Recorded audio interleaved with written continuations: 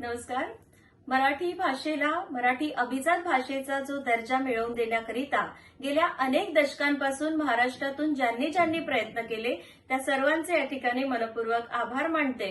खरं तर केंद्रीय मंत्रिमंडळाने घेतलेला हा निर्णय अतिशय ऐतिहासिक आहे, अतिशय अभिमानास्पद आहे.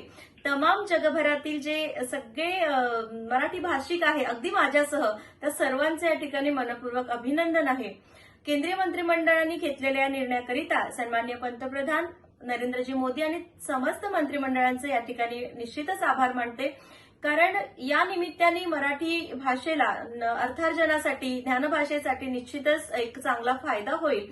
आणि या निमित्ताने जी सोनियाचा दिनू वर्षे अमृताचा घनू असा हा आनंदी आनंद क्षण आहे, ज्याचा म्हणजे अनेक वर्षांपासून मराठी भाषा दिनाच्या निमित्ताने विविध म्हणजे या विषयावरती व्याख्यान देत असताना आज आनंद होतोय की आणखी म्हणजे माझी माय मराठी ही खऱ्या अर्थाने जगली पाहिजे, फुलली पाहिजे.